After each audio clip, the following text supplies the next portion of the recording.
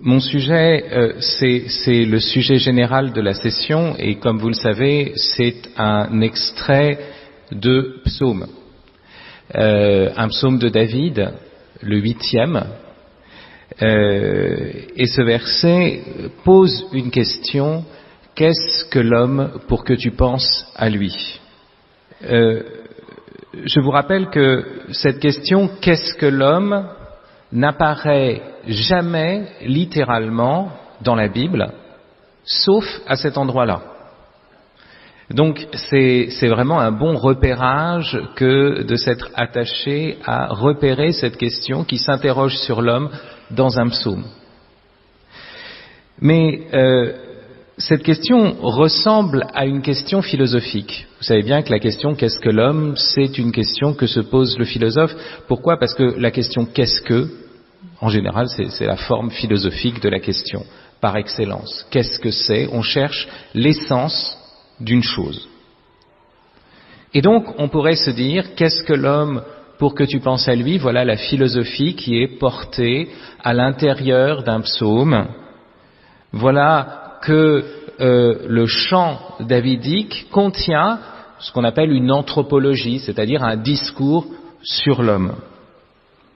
Mais ici, dans le psaume, cette question qui ressemble à une question philosophique n'est pas une question de forme philosophique. Et cela pour 4 raisons. Ces 4 raisons, je vais les mettre en avant. Pourquoi? Parce que ça va nous permettre de réfléchir sur, finalement, alors vous voyez, un peu philosophiquement, mais à partir du psaume, qu'est-ce que c'est qu'une question dans la Bible? Vous remarquerez que je vais mettre en avant 4 raisons qui va distinguer la question philosophique de la question telle que nous l'entendons dans ce psaume. La première chose, c'est que une question philosophique, c'est une question que l'on se pose. Vous savez que les philosophes, dès le départ, vont distinguer ce qui n'est qu'une connaissance par ouï-dire, j'ai entendu dire que, voilà, et on serait plutôt dans le registre de l'opinion, et une connaissance par soi-même. Donc en philosophie, on se pose les questions et on essaye de savoir par soi-même. Il faut vraiment faire cet exercice de l'intelligence qui reprend à son compte des interrogations des autres, de telle sorte qu'on peut retracer, ça ne veut pas dire qu'on invente tout, mais au moins, même si on reprend une démonstration de quelqu'un d'autre, on est capable de la retracer en soi-même, de telle sorte qu'on n'a plus besoin de quelqu'un d'autre après. Or, vous remarquerez qu'ici, ça n'est pas une question que David se pose à lui-même, c'est une question qu'il pose à Dieu. Qu'est-ce que l'homme pour que tu penses à lui? Et c'est une question donc qui est posée à quelqu'un. Quel est l'enseignement profond qu'il y a déjà à travers cette tournure? C'est pas qu'est-ce que l'homme? Et je m'interroge sur l'essence de l'humanité. C'est dis-moi, qu'est-ce que l'homme? Vous voyez, cette tournure-là, c'est s'adresser à quelqu'un d'abord. Eh bien, ici, vous voyez que la question jaillit à l'intérieur d'une relation. De telle sorte que ce qui est mis en avant, c'est que la relation à autrui est antérieure à toute question. Je peux me questionner, mais vous voyez, quand je me questionne, c'est toujours à travers la parole. Si je n'avais pas l'usage de la parole, regardez, ni une courge, ni une moule ne s'interroge sur son existence. C'est le propre de l'homme. Le propre de l'homme, c'est de s'interroger sur son existence. Vous voyez, c'est le seul être, je dirais, dans la nature qui s'interroge sur ce qu'il est. C'est pas tout de suite donné, ça ne dépend pas d'un instinct. D'où toutes les dérives possibles, hein, et on est en train de les vivre de manière radicale aujourd'hui, j'y reviendrai. Mais vous voyez, l'homme, c'est l'être pour qui il en va de son être même, et il s'interroge lui-même. C'est pour ça que Socrate disait cette chose très étonnante, à nous qui voudrions que tout nous tombe tout cuit parfois dans le bec.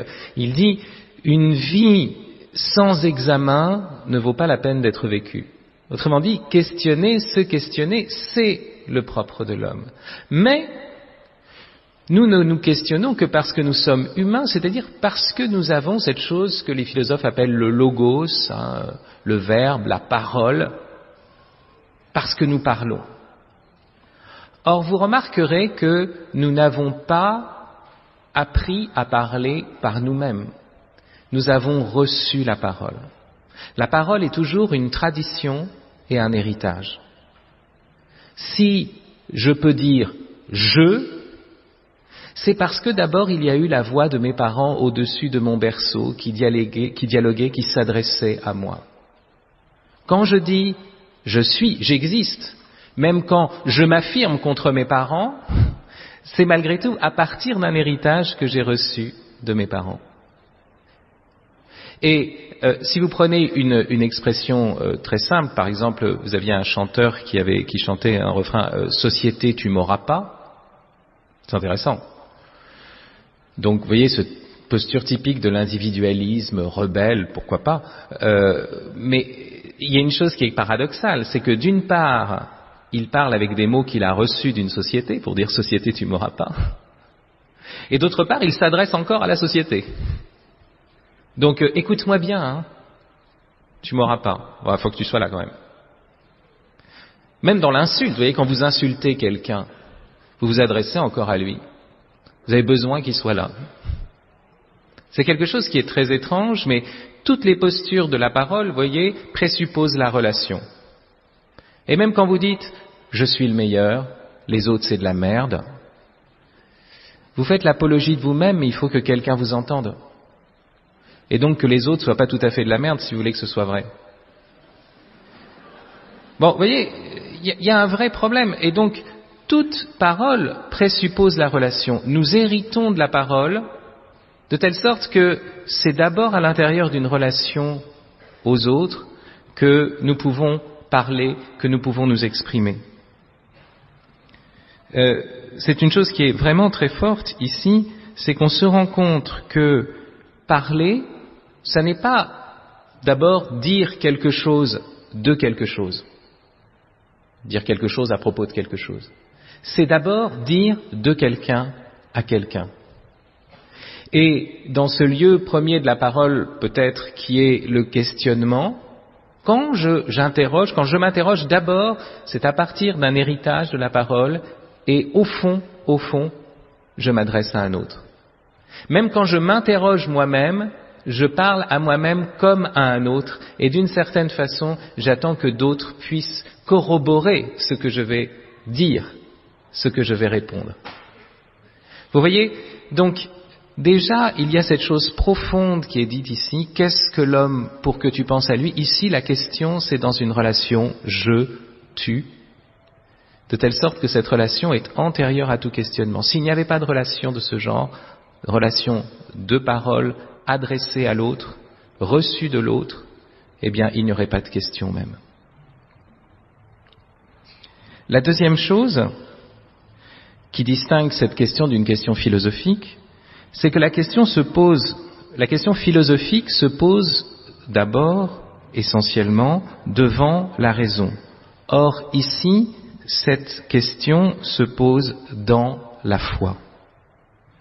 Elle s'adresse à quelqu'un, elle s'adresse à Dieu. Elle s'adresse au Dieu d'Israël, au Dieu qui a choisi David comme son Messie, son oint. Il a reçu l'onction pour être roi. Donc, c'est une forme de question qui attend de Dieu la réponse. Et non pas simplement de soi-même ou de ses propres forces. Nous avons pour force ultime de poser la question à Dieu. C'est notre plus haute ressource. Il y a un écrivain du 19e siècle que j'aime beaucoup qui s'appelle Ernest Hello qui, dans une lettre, dit « Je n'ai à moi que mon gémissement ». Ce qui m'appartient le plus profondément, c'est le fait de m'adresser à Dieu dans un cri, qui attend sa réponse. C'est étonnant. Et derrière cela, il y a l'aveu que je ne peux pas avoir le dernier mot sur l'homme. L'homme peut parler de l'homme. Il peut dire ce qu'il en est de l'homme. Il est un peu trop jugé parti, peut-être, dans ce cas-là. Donc, qui peut parler de l'homme? Qui peut s'extraire suffisamment de l'humanité et avoir une position qui permet d'embrasser vraiment ce qu'est l'homme et dire ce qu'il est? Vous voyez, on s'adresse à Dieu. Nous ne pouvons pas avoir le dernier mot sur l'homme. Et c'est pour cela que il y a une contradiction aussi bien dans l'humanisme athée, si vous voulez, que dans le nihilisme. Dans l'humanisme athée, vous avez un homme qui dit « Ouais, c'est super d'être un homme, regardez. » Vous voyez, c'est toujours délicat. J'ai pensé à celui qui a présenté le parcours « La perfection au masculin ». Et forcément, immédiatement, je l'ai regardé, je me suis dit « Est-ce que c'est lui ?» Je le vois là-bas.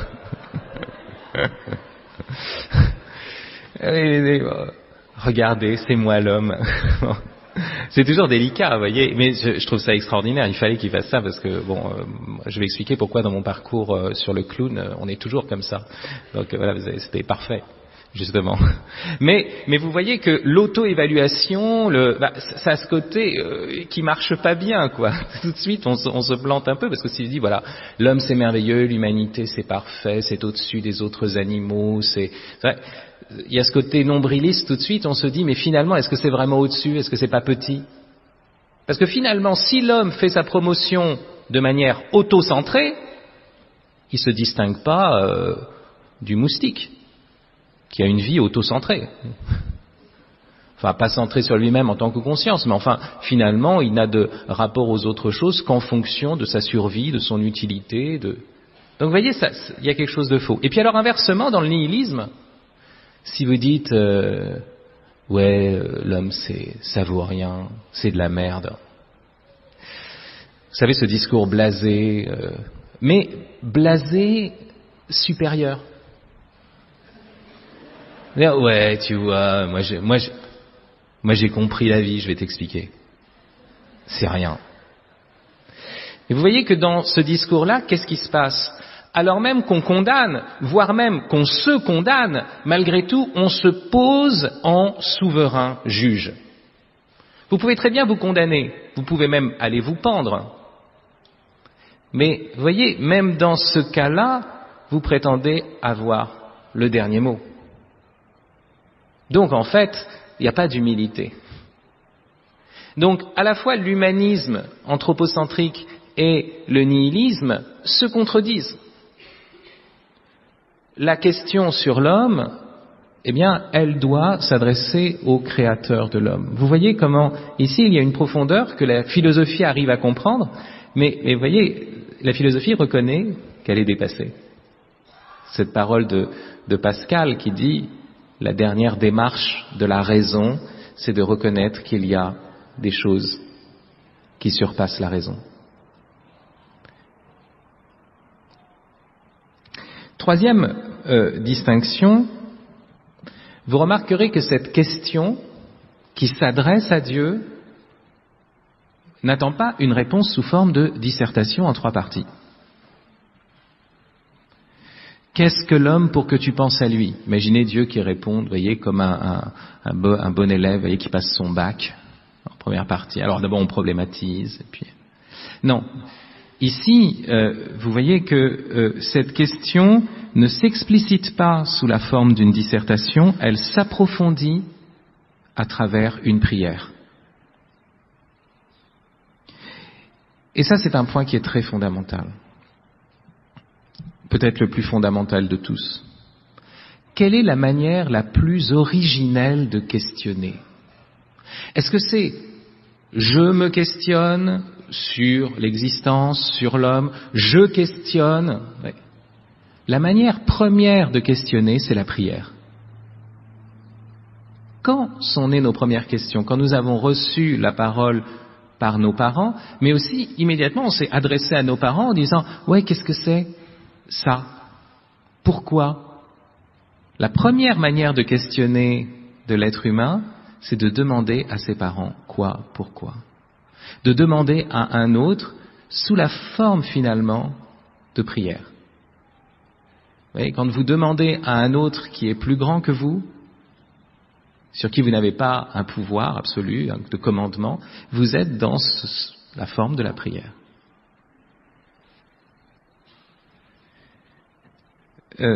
C'est très important ça parce que certains vous êtes chrétien, vous dites, ah ouais, vous êtes croyant, vous avez déjà votre réponse toute faite. Donc vous vous questionnez plus. Non, c'est l'inverse. Le croyant, c'est celui qui se questionne de la manière la plus originelle et la plus radicale. D'abord, la première chose, c'est que tout le monde est croyant. Vous voyez, il ne se distingue pas en étant croyant. Ouais. Sauf que certains ne sont pas croyants en Dieu. Et certains croient beaucoup en eux-mêmes, par exemple. Quand ils disent, par exemple, Dieu n'existe pas, j'ai fait le tour de la question, c'est qu'ils croient énormément en eux-mêmes. Dès que vous abandonnez Dieu, vous savez, ce qui arrive, c'est pas l'athéisme finalement, au sens propre du terme, c'est la prolifération des idoles. Et alors vous allez avoir des multitudes de petits dieux domestiques, vous voyez, que vous allez essayer de vous fabriquer. Vous allez les servir, mais en même temps vous attendez leur service en échange, quoi. Donc vous balayez le vrai Dieu et vous allez diviniser l'argent, le sexe, n'importe quoi. La pétanque. Le pastis. Maintenant que j'ai quitté le sud de la France, je devrais dire, je sais pas moi, le surf des neiges. Je suis en Suisse maintenant. Donc... Enfin, en tout cas, d'ailleurs, vous voyez beaucoup de jeunes qui quittent cette société un petit peu aseptisée, vous voyez, de la Suisse où tout est beau. Vous traversez des paysages qui ressemblent à ceux, vous voyez, des cartes postales ou des petits trains électriques. Et puis, vous arrivez, les champs sont peignés, tout est vraiment parfait. Les cartes postales, les vaches ont été posées vraiment comme si elles prenaient la pose pour une photographie. Et alors les jeunes, ils en peuvent plus, quoi. Ils vont dans les grandes montagnes et souvent ils se tuent. Ils cherchent une révélation sur la montagne. On ne peut pas échapper à ça. On croit toujours à quelque chose. Parce qu'il faut qu'on ait un motif de se lever le matin. Bon, bien sûr, heureusement, on a le désir des tartines et du café. Mais imaginez qu'on n'ait même pas ça, voilà, on risquerait de plus se lever. Vous voyez, il faut une raison de se lever. L'homme, en tant qu'homme, il cherche une raison de vivre. Il lui suffit pas de vivre, il faut avoir une raison de vivre aussi, ou même une raison de donner la vie. Et donc, si vous ne croyez absolument en rien, vous n'avez aucune raison. Donc, vous voyez, donc tout le monde croit. Mais certains croient en des choses qui n'en valent pas la peine. Ensuite, donc, on n'a pas réponse à tout. Au contraire, quand vous êtes croyant en Dieu, vous vous dessaisissez de votre autorité sur la question. Parce que ça n'est pas vous, ultimement, qui vous questionnez, mais vous devenez une question pour vous-même et vous interrogez Dieu. Vous vous tournez vers l'incompréhensible de Dieu. Donc c'est une ouverture radicale à l'autre, au mystère de la vie, et non pas une solution qui vient tout réduire à une théorie. Dans ce cas-là, vous voyez, dans la dimension de la prière, ce n'est plus moi qui questionne, mais plutôt moi qui suis questionné sur ce que j'ai fait, sur ce que je dois faire, sur ce que je suis vraiment. Vous savez, c'est une parole de saint Augustin qui dit dans les Confessions, je suis devenu devant toi, Seigneur, une question pour moi-même. Je vous dis ça parce que ça vous montre que cette dimension de la prière va tout de suite beaucoup plus loin que toutes les philosophies du soupçon. Vous savez, les philosophies du soupçon, c'est Nietzsche, Marx, Freud, qui pensent que la religion est une illusion, que c'est l'homme qui a créé Dieu, parce que c'est une sorte de bouche-trou, vous voyez, parce qu'on a besoin de s'en sortir comme on peut, une illusion vitale, etc. Mais vous remarquerez que cette position du soupçon, finalement, n'a pas assez de soupçon à son propre égard. on peut soupçonner le soupçon d'être dans une position où c'est toujours soi, moi-même, qui questionne les autres, qui critique le monde, mais je ne laisse jamais la critique revenir sur moi-même. Je ne suis pas dans une situation de détresse où je m'adresse à Dieu. En fait, j'ai peur d'une lumière qui n'est pas celle que je braque comme un projecteur, et c'est moi qui vois, oui, les défauts des uns et des autres, mais une lumière qui se retourne vers moi. Vous avez un très beau texte de saint Augustin qui dit cela et qui parle de la haine de la vérité. Et il dit, il y a deux manières de penser à la vérité. Vous voyez, il y a une première vérité, c'est la vérité qui est claire, la veritas lucens. Alors elle est claire, alors je vois les choses, je vois le monde, je vois aussi les choses horribles, atroces qu'il y a dans ce monde. Et puis, il y a cette vérité où tout d'un coup le projecteur, je ne l'ai plus dans ma main, mais il se braque sur moi-même et sur, vous voyez, les profondeurs parfois nauséabondes de mon cœur. Et là, je me mets à haïr la vérité. Cette lumière que j'aimais lorsqu'elle me faisait découvrir le monde, et surtout, vous voyez, la paille qui était dans l'œil de mon prochain, vous voyez, dès qu'elle se retourne vers moi et qu'elle me fait voir la poutre qui est dans le mien, je me mets à la détester. C'est non plus la veritas lucens qui est claire, mais la veritas redarguens qui se retourne vers moi. Donc vous voyez que il y a dans la prière cette humilité de se tourner vers Dieu, d'avouer que l'on n'est pas maître de la question, mais qu'on doit s'adresser à lui et que lui seul peut avoir le dernier mot sur ce que nous sommes, si nous sommes dignes de blâme ou de louange. Et ça, c'est quelque chose vraiment de très important qui montre que la manière de poser la question ici, qu'est-ce que l'homme pour que tu penses à lui, c'est la manière la plus profonde de poser une question, en priant, en s'abandonnant au mystère même de l'existence. Et enfin, il y a un quatrième motif qui fait que ça n'est pas une question philosophique ici. Non seulement elle s'adresse à un autre, non seulement elle s'adresse à Dieu dans la foi, non seulement c'est une prière, mais en plus, et c'est ça qui est curieux, c'est une prière de louange. Je vous rappelle, le psaume 8e commence par, je vais prendre la traduction officielle pour la liturgie pour faire plus simple, voyez. Ô Seigneur, notre Dieu, qu'il est grand ton nom par toute la terre. Jusqu'aux cieux, ta splendeur est chantée par la bouche des enfants, des tout-petits, rempart que tu opposes à l'adversaire, où l'ennemi se brise en sa révolte.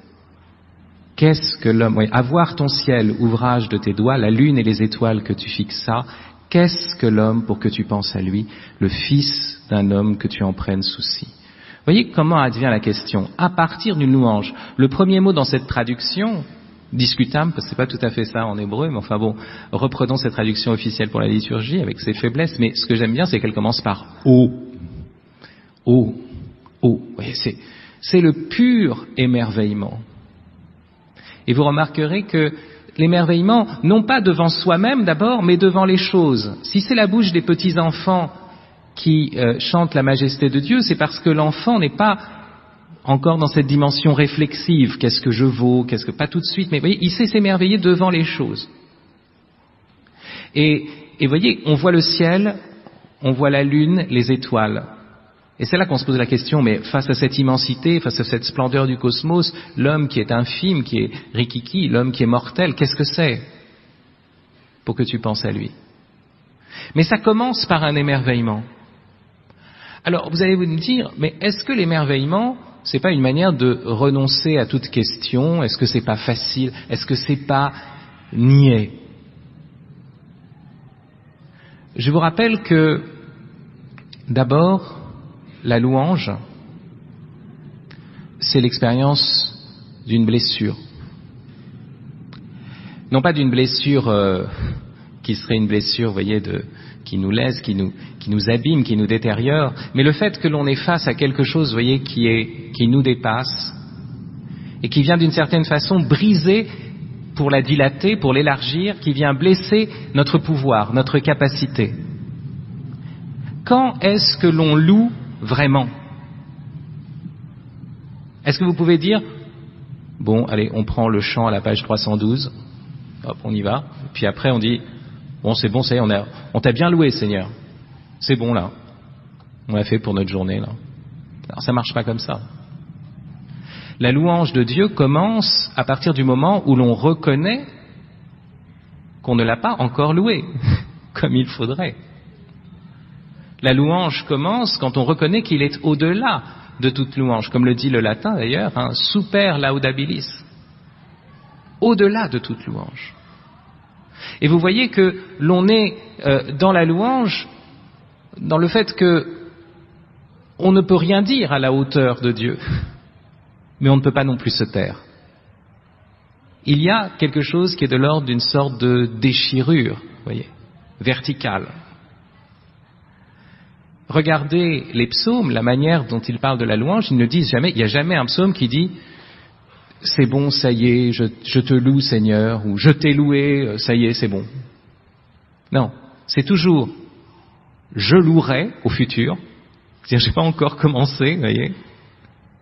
Ou alors « louez avec moi le Seigneur », c'est-à-dire je ne me suffis pas à moi-même pour louer dignement le Seigneur, j'ai besoin des autres et pas simplement des autres hommes, de toutes les créatures. Vous voyez, la convocation de tout le cosmos qu'il y a dans la louange.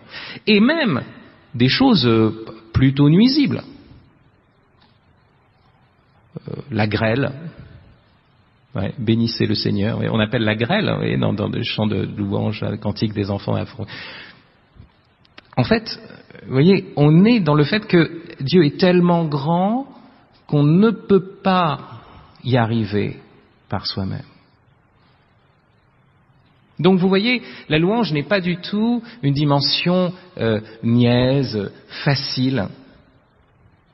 C'est au contraire l'extrémité de la parole. La capacité la plus extrême de la parole. Parce que la parole est appelée à dire ce qu'elle ne peut pas dire, ce qu'elle ne sera jamais à même dire. Et cependant, elle ne peut pas s'empêcher de le dire.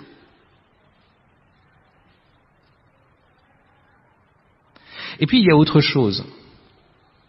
C'est que c'est quelque chose de fondamental, parce que c'est dans la mesure où je me suis émerveillé devant la vie que je peux avoir l'angoisse de mourir.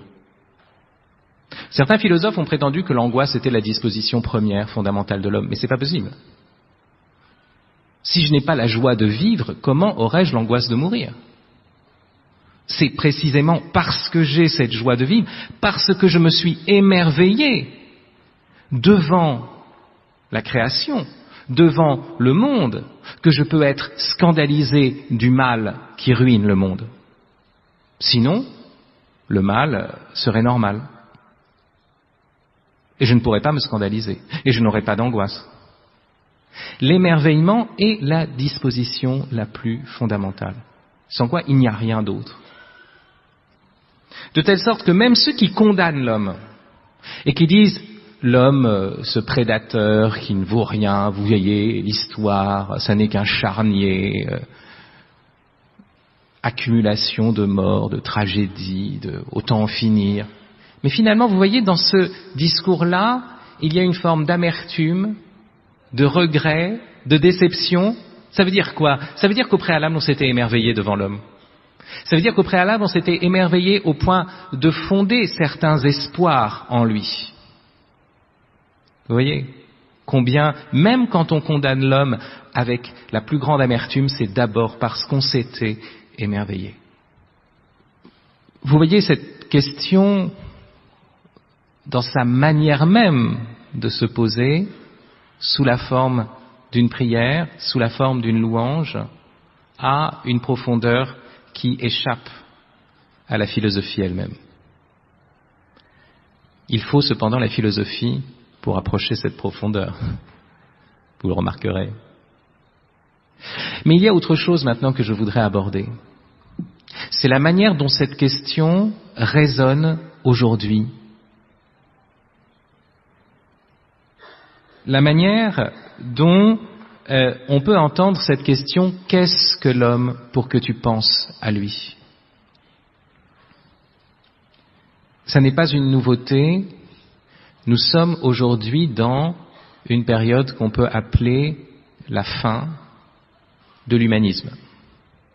La fin, en tout cas, de l'humanisme tel qu'il s'est présenté au XVIIIe, XIXe siècle et qu'il s'est déployé au XXe. D'un humanisme qu'on peut dire humanisme athée, mais enfin un humanisme autocentré. Vous avez remarqué qu'il y a encore quelques années, on croyait énormément au progrès.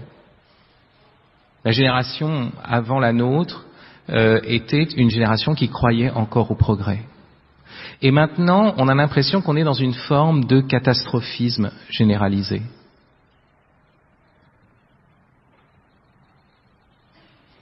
On a cru un moment que l'homme pourrait se sauver par lui-même. Et on a fondé donc une forme d'humanisme où l'homme pourrait se passer d'un sauveur divin pour réaliser sur terre la société parfaite. Or, comme vous le savez, comme le dit très bien Paul Claudel, lorsque l'homme essaie d'établir le paradis sur la terre, ça fait tout de suite un enfer très convenable. Les progressismes, les humanismes qui avaient une théorie sur l'homme, sur le devenir de l'homme, sur la grandeur de l'homme, ont pu se changer en totalitarisme. Regardez l'humanisme de la Révolution française qui va très vite glisser vers la terreur. Et déjà, tout se joue à ce moment-là. Et on pourrait dire que l'histoire du XIXe, surtout du XXe siècle, ne sera qu'une radicalisation de l'idéologie révolutionnaire, de l'espoir révolutionnaire et de la terreur révolutionnaire.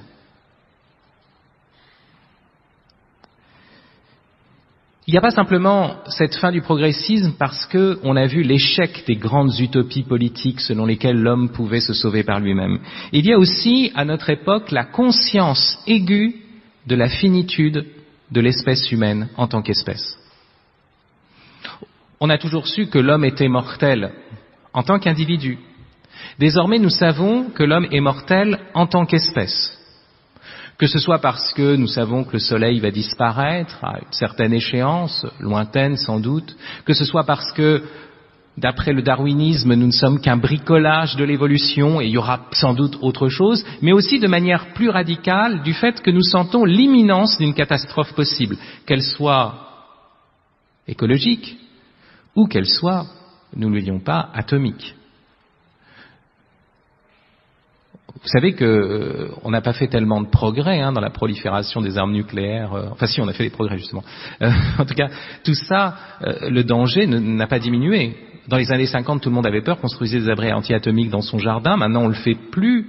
Mais c'est parce qu'on a intégré la chose, parce que c'est devenu banal, ou plutôt parce que nous n'avons pas les moyens d'être à la hauteur de cette angoisse. C'est ce que dit un grand philosophe, Gunther Anders. Il dit, vous voyez, si vous tuez quelqu'un, c'est terrible, vous tuez avec un couteau, le truc c'est affreux. Vous appuyez sur un bouton et vous éliminez 100 000 personnes, ça dépasse votre capacité de représentation. Vous pouvez pas, vous avez rien en vous, vous voyez, d'appuyer sur un bouton, tuer 100 000 personnes, vous n'avez rien en vous qui soit à la mesure d'un tel phénomène. Donc vous pouvez même pas éprouver une culpabilité finalement.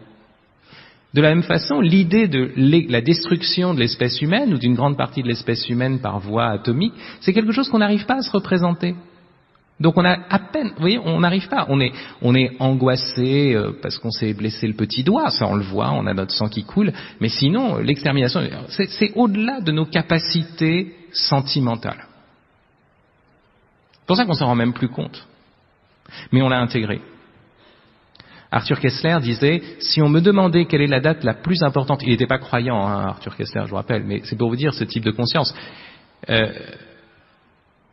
Si on me demandait quelle est la date la plus importante, de l'histoire de l'humanité, je dirais que c'est le 6 août 1945, parce que au moment où le soleil s'est éclipsé au-dessus d'Hiroshima, l'espèce humaine a pris conscience de la possibilité de sa disparition totale.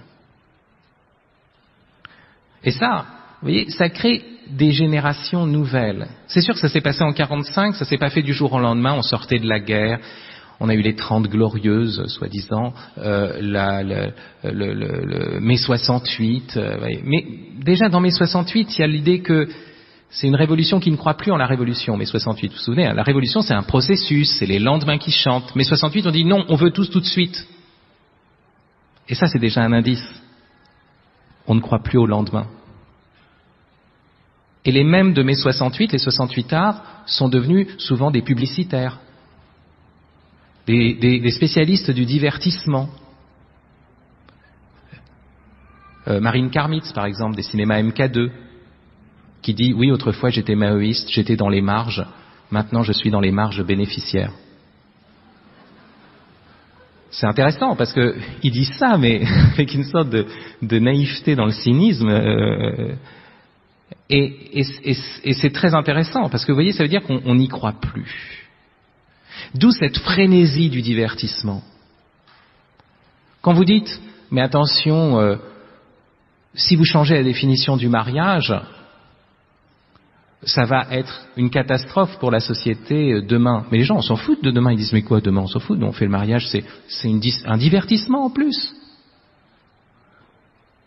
Vous allez sur le site j'ai été voir pour vous le site du mariage unisexe, primeday.net. Celui qui dirige le site des mariages unisexes, qui s'appelle Jean-François Lacrampe, on dit que les noms sont prédestinés. Bon, mais cette personne, moi je le dis pas, hein, je suis pas en train de pas d'allusion, mais cette personne dit c'est quand même magnifique parce qu'on pense qu'un mariage unisexe c'est 50% de dépenses en plus qu'un mariage. Un mariage. Donc en fait, vous voyez, c'est génial parce que oui, on voit bien, on fait la fête, on s'étourdit. Pourquoi ? Parce que finalement, comme c'est pas naturel, si j'ose dire, il faut aller encore plus dans l'artifice, dans le feu d'artifice. Donc forcément, il y a plus de dépenses, donc derrière, il y a un marché extraordinaire. Parce que c'est la généralisation du divertissement. On s'étourdit parce qu'on sait qu'on va crever, parce qu'il n'y a plus d'espoir mondain. Cette pensée de la mort, elle est dans le psaume, puisque je vous rappelle que dans le psaume, ce qu'on traduit par homme, en fait, la Bible de Jérusalem le traduit par mortel. Qu'est-ce que le mortel, que tu t'en souviennes, sous-entendu Seigneur, le fils d'Adam, que tu veuilles le visiter. L'homme est mortel. Il est voué à la mort et nous savons désormais qu'il est même voué, à vue mondaine, à une destruction totale, une disparition totale. De telle sorte que tous les grands espoirs simplement mondains, historiques, s'effondrent, ne tiennent plus pour l'humain, pour l'homme. Et en plus, on a l'impression que l'homme est mortel comme on parle d'un poison mortel. Vous avez cette idée, vous savez, très répandue dans la deep ecology, qui est l'idée que l'homme est le prédateur, le cancer de la nature. C'est pour ça que vous avez des sites extraordinaires. Par exemple, vous avez le site VEMT, V-H-E-M-T, c'est-à-dire Voluntary Human Extinction Movement. Le mouvement pour l'extinction humaine volontaire. Vous avez aussi, bien sûr, j'en ai parlé dans mon livre Réussir sa mort, la magnifique Church of Euthanasia, l'église d'euthanasie, qui a pour slogan principal Save the planet, kill yourself.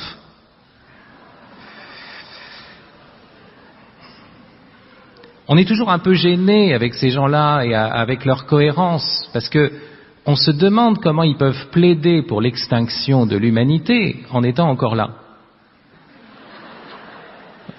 À la limite, ils devraient ne même pas avoir existé. Enfin bon, mais ils ne sont pas une contradiction près. En tout cas, ce qui reste, c'est que, vous voyez,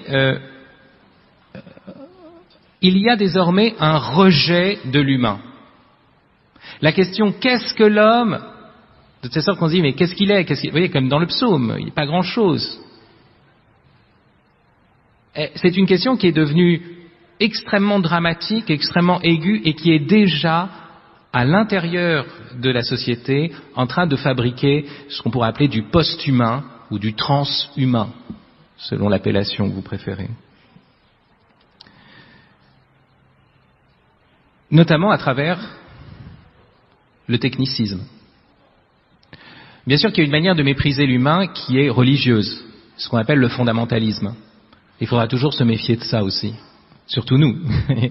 Le fondamentalisme, c'est d'affirmer Dieu, mais un Dieu qui écrase l'humain, qui méprise les dimensions de la culture, de la politique, de certaines autonomies relatives des choses humaines, voyez, et qui veut imposer une théocratie. Mais l'autre mépris majeur de notre temps, c'est celui de la technocratie.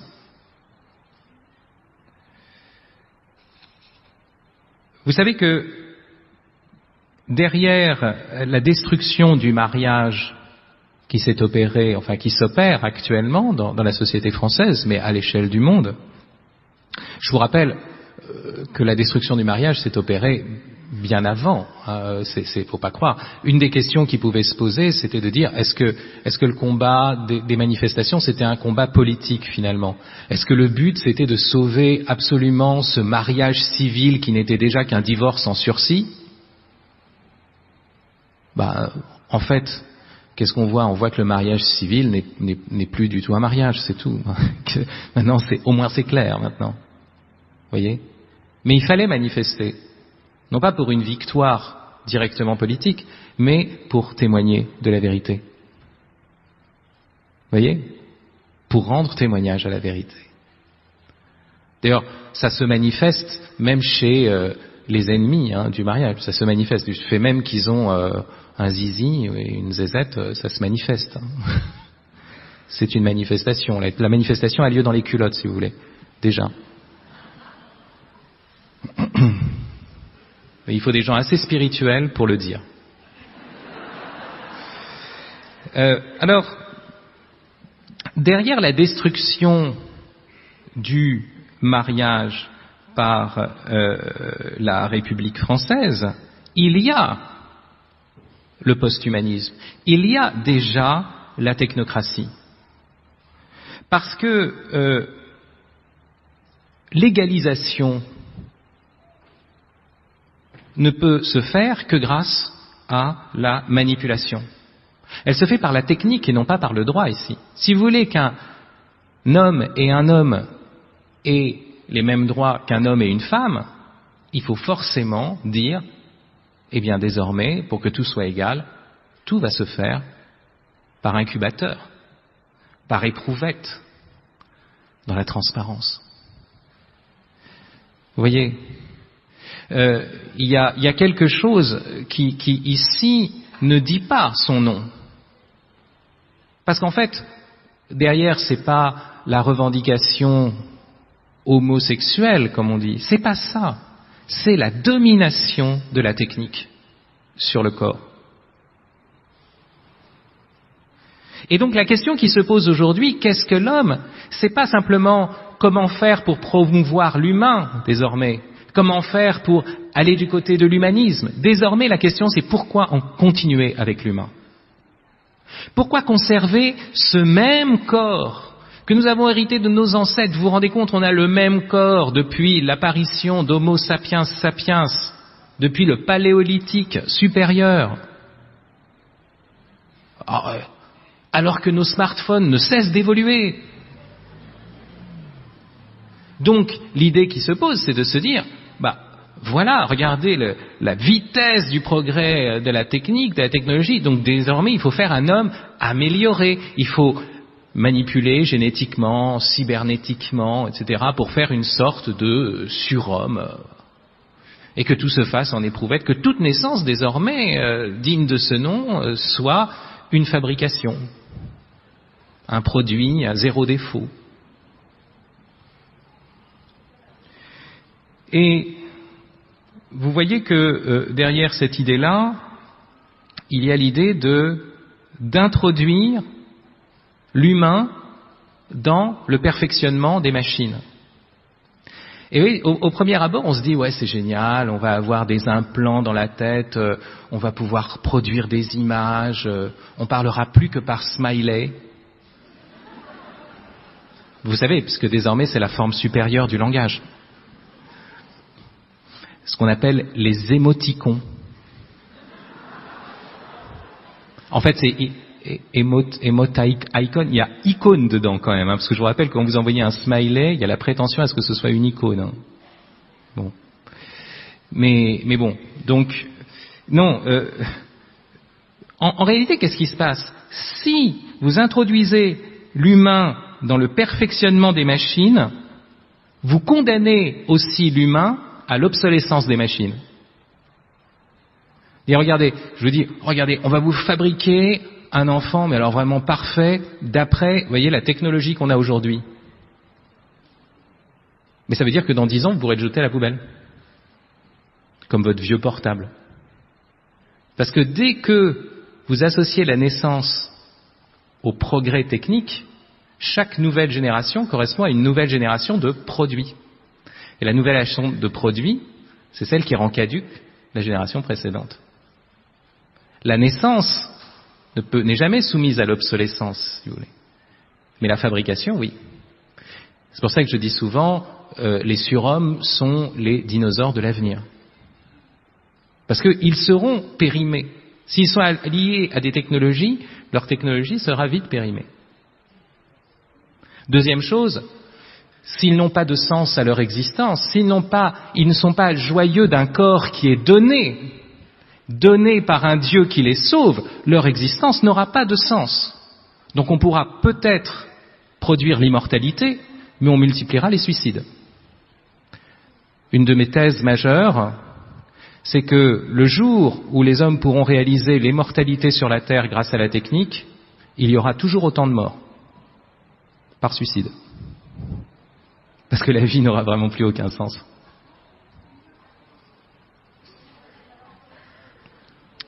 Donc vous voyez que, j'en arrive à ma conclusion, la question telle qu'elle est posée dans le psaume, c'est la bonne manière de la poser aujourd'hui. Je vous rappelle la réponse. Tu l'as voulu un peu moindre qu'un Dieu. Qu'est-ce que l'homme pour que tu penses à lui? Le fils d'un homme que tu en prennes souci, tu l'as voulu un peu moindre qu'un Dieu, le couronnant de gloire et d'honneur. Tu l'établis sur les œuvres de tes mains, tu mets toutes choses à ses pieds. Ces versets-là n'ont rien à voir avec une auto-glorification de l'homme. Parce que la dignité de l'homme ici ne vient pas de lui-même. L'auto-évaluation de l'homme est toujours ambiguë. Vous pourrez dire l'homme est un prédateur, et puis de l'autre côté, l'homme est un protecteur des animaux. Et c'est vrai, il y a des associations de protection du grizzly, par exemple. Il n'y a pas de grizzly qui cherche à protéger les randonneurs canadiens. Et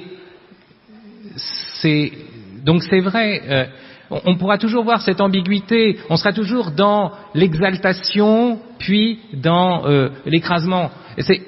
Quand on est dans l'auto-évaluation, on est dans une incertitude, vous voyez, une ambiguïté fondamentale. Et on pourra toujours dire, bien sûr, la grandeur de l'homme, elle est dans son abaissement, dans le fait qu'il s'ouvre aux autres, qu'il s'ouvre même aux autres espèces. Bien sûr, ça c'est juste.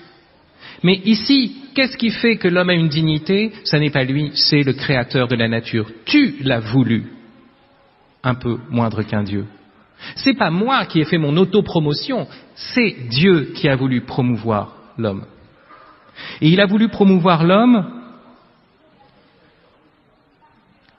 parce que, spécialement, il l'a créé et il l'a sauvé en assumant la nature humaine. Ce que nous croyons, ce que croit l'Église, ce qu'enseigne saint Paul, qui applique ce verset du psaume au Christ. ces versets du psaume 1 sont appliqués spécialement au Christ par saint Paul.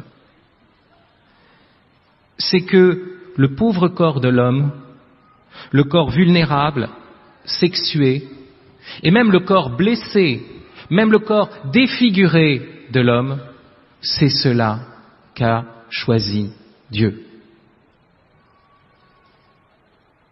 Et dès lors,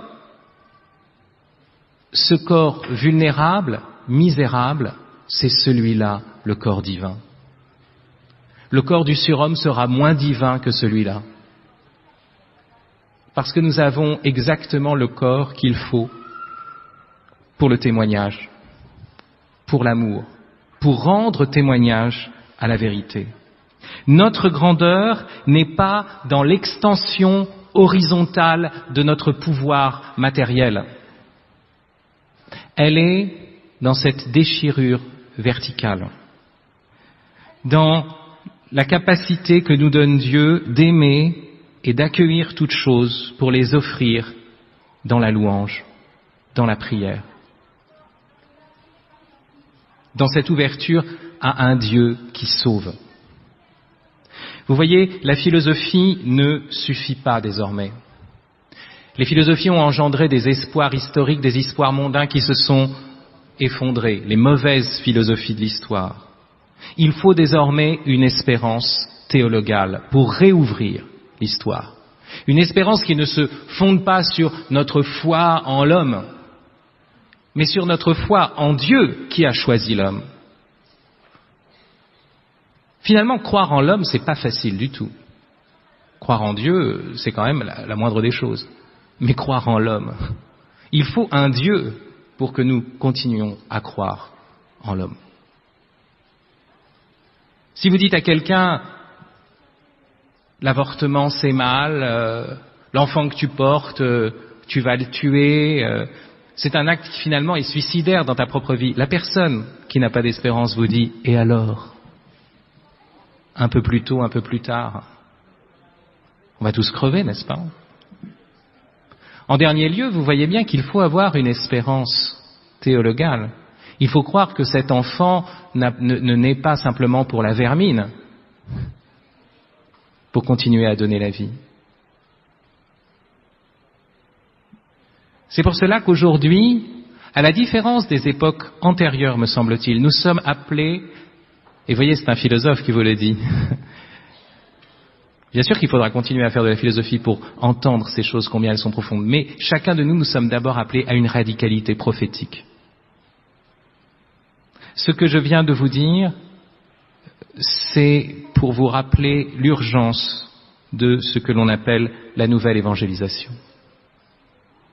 Ça n'est pas simplement, vous voyez, en argumentant, en débattant sur telle ou telle question de société, en démontrant les choses. Les personnes n'entendent plus les démonstrations, ont perdu la raison parce qu'elles ont en face d'elles le mur d'une mort dont personne ne semble pouvoir être sauvé. Donc elles se divertissent. On fera venir un catho sur une télévision, bien sûr, sur un plateau de télévision, mais c'est pour augmenter le spectacle. Désormais, il faut prêcher le salut de manière radicale. Le grand philosophe du XXe siècle, avec toutes les ambiguïtés qu'il avait, ça reste quand même le grand philosophe du XXe siècle, Martin Heidegger. À la fin de sa vie, Martin Heidegger disait « Seul un Dieu pourrait nous sauver ». Et il voyait bien le règne de l'efficience technique. Qu'est-ce que l'homme ? C'est celui que Dieu visite. Sa dignité est là. Dieu le visite, Dieu a assumé son corps, même défiguré, quel qu'il soit. C'est celui que Dieu appelle à la vie éternelle. Celui dont le visage est appelé à refléter la gloire de Dieu, même si ce visage est une sale gueule, même si sa tête ne me revient pas. Vous voyez, il ne s'agit plus de l'homme en général, ni d'une définition de l'homme, mais c'est la question du salut de chaque personne dans ce verset. La question de la gloire éternelle de chaque visage. Il faut donc, à la suite de notre pape, le pape François, accepter d'entrer dans la radicalité accepter d'entrer dans la pauvreté de l'amour et de l'annonce, abattre les écrans pour entrer dans une proximité avec les autres, voir leur visage et reconnaître que ce visage est aimé. Chanter ensemble que l'homme n'est rien. On le dit souvent dans les psaumes, semblable à un souffle, ça n'est qu'une herbe changeante, il passe. Même la place où il était l'oublie. Oui, mais cet homme qui n'est rien par lui-même, Dieu veut qu'il soit un Dieu par participation. Que chacun est tout pour Dieu, par Dieu, qui est mort et ressuscité pour chacun d'entre nous. Merci.